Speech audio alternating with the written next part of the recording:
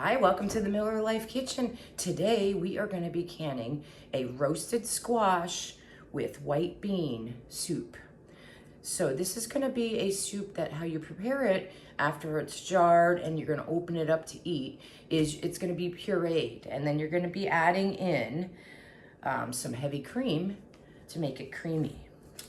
Now I got this recipe from, I like this book a lot.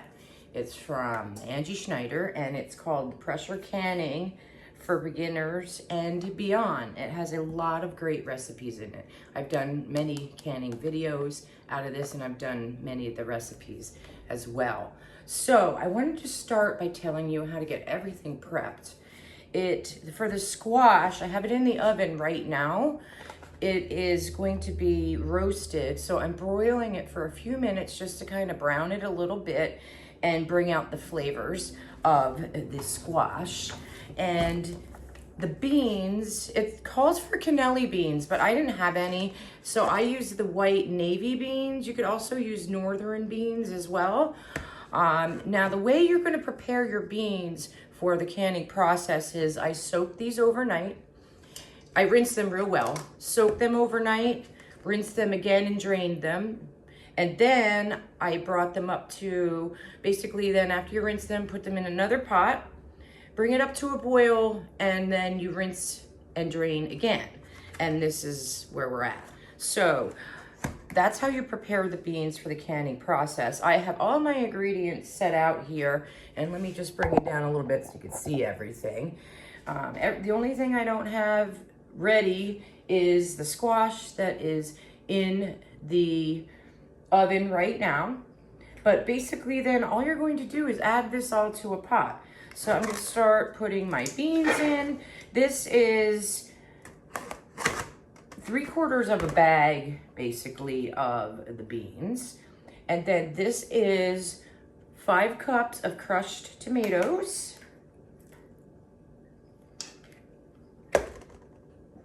Salt and thyme.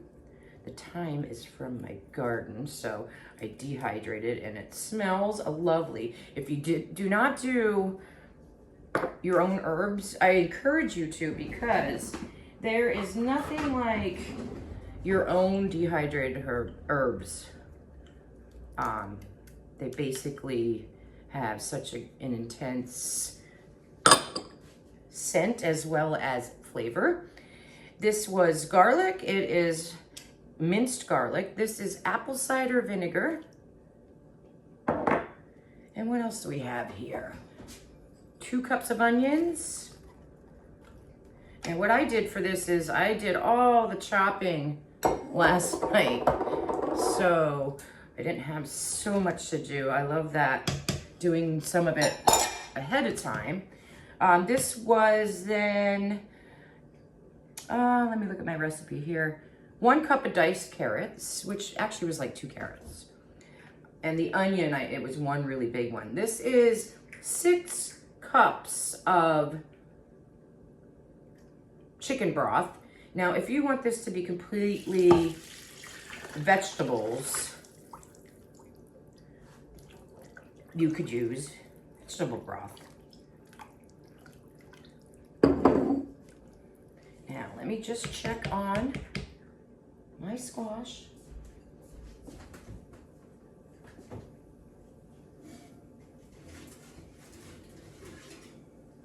Now you do not want the squash to be completely cooked.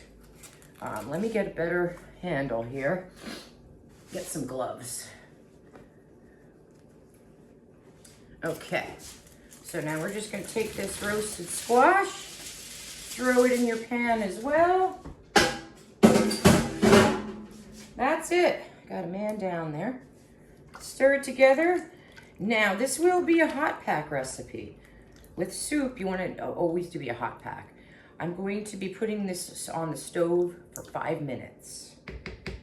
Like, bring it up to a medium boil and simmer it then for 5 minutes. So I'll be back. Okay, so everything is now ready to go. I have the soup all warmed up and ready to go. I then replaced the soup pot to my burner that I like to use for canning. My canning pot is warming up because we're going to be putting hot jars into a hot canner. When I say hot, it's not boiling or anything. You want it to be about 180 degrees, just so there isn't thermal shock to your jars. And I'm going to bring you down so you can see the process of filling the jars. Okay, I'm going to be using a slotted spoon as well as a spoon for liquid. And let me just get this a little closer to my pot so I don't make a big old mess. And the rules for soup is you can can any soup you want as long as it's a cannable vegetable and or meat. Now, you're going to do, I'm going to try and get a little of everything into this. You're going to do about half the jar with solids and then half the jar with liquids. So that's about half a jar. This is a quart jar. 1 inch headspace, and even if there's chicken in your soup recipe, you do 1 inch headspace for soups. This is one of those things that you read up on it in your canning books. And I always recommend using canning books so you know what the rules are for canning. And this is one of those things that you actually can do cordon blanche as long as it's, I'm gonna debubble. It's a soup, so there's not really a lot of debubbling, but let me bring this over here. It's my lids and my rings. All right, so I feel like that just needs a little dribble more. Yeah, okay. Now I'm just gonna dip this in the water that I used. These are not boiled or anything. I just wash them and then I stick them in a bowl. I just am using water. I really don't use vinegar unless it's something that's quite sticky, just to make sure that the sticky stuff isn't on my rim, but there's nothing sticky about this. So sufficient water on a paper towel. Get my lid out, put it on, and then a ring, fingertip tight, and into the canner we will be putting it.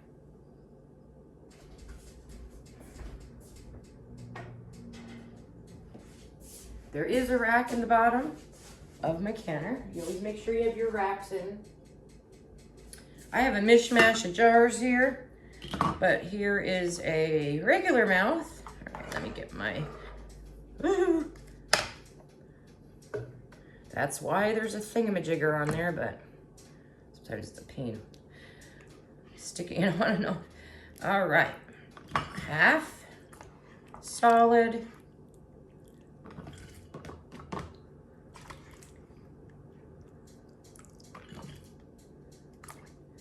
Now doing the half and half gives it the ability to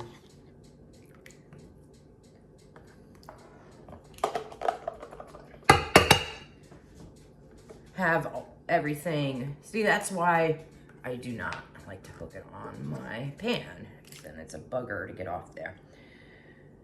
This gives the ability for the heat to penetrate through all the ingredients that are in your jar. I love having soups on the shelf. It's in the winter, oh my gosh, there's nothing like having a soup with no preservatives, nothing, just good, wholesome goodness from your garden or whatever. And I did a squash Croctober video. I put that up last week, and I have a bunch of squash, but I'm gonna store some. They last a long time. But I also wanted to can some squash things, so hence doing my squash soup. Now, another way to do squash is separately, which you do in cubes, not pureed. You don't want to do anything pureed for canning, because that penetration is what you're looking to have done properly. But I love to make butternut squash and sweet potato soup. And what I do is I separately can. I do a lot of ingredient canning, and I separately, can't say that word today for some reason, can stuff. And then I open it and and make soup that way. Love butternut squash and sweet potato soup. The beans in here just give it a little bit more protein. Now you could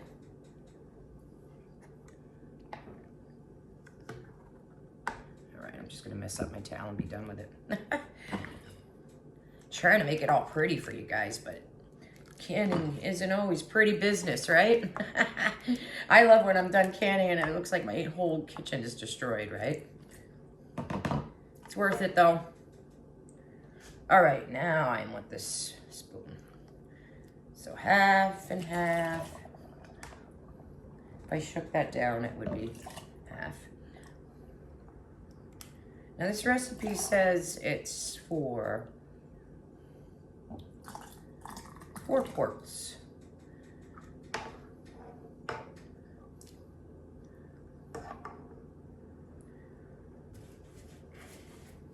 But I've already got 3 and I got a lot to go, so I don't know why sometimes canning recipes, I either have not enough or too little. You ever have that happen? You're like, I don't know why I got so much, but hey, it is what it is. I think I did have a little more squash, and I did do a little more liquid than she said in the recipe, just because I had more squash. So that's the difference, I'm sure. Into the canner, and I'll finish up and we'll be back. Okay, so here we are. I ended up with, as I mentioned, I had extra squash and I had I did extra broth, and I upped all the ingredients just a little bit to accommodate the squash and having a little bit extra because I didn't want to waste it. I had pretty large ones, so I ended up with the 4 quarts and then 2 1.5 jars. So I am going to put my lid on and get this going. Okay, you can see my steady stream of steam coming out of there, and this has not popped up yet. Back there, the little black thing in the back, that has popped up. 10 minutes you vent this, you're evacuating all the air out of the canner. And then after that 10 minutes, if you see the little sputters, that's exactly what's supposed to be happening. It is evacuating air, and sometimes you get some little sputters while that's happening. It's important to do that because that is what's creating the pressure.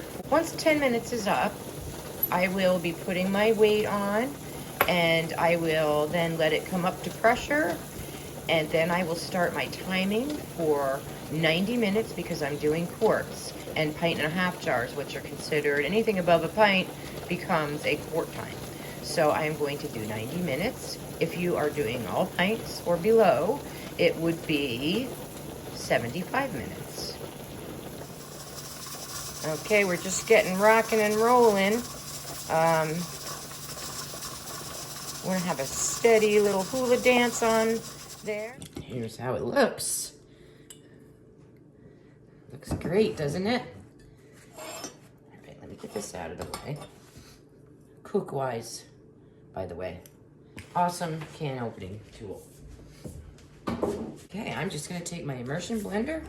You could very well eat it like this. It's designed to be eaten as a puree.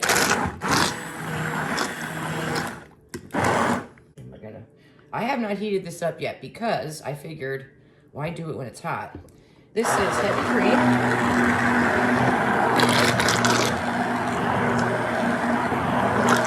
It smells really good.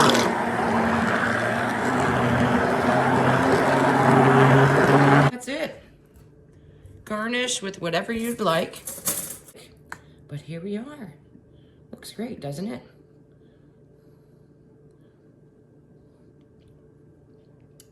It's really, really good.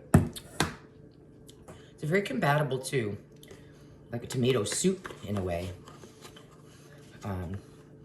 But you can have, I do taste the undertones of the beans as well as the squash. So it's really, really good. All right, that's it for me for today. Canning butternut squash and white bean soup. It's really good. Give it a try, and I'm telling you, you will not be disappointed. I look forward to seeing you again. If you liked what you saw here today, please hit the like button and also consider subscribing. I'll see you next time in my kitchen. Bye.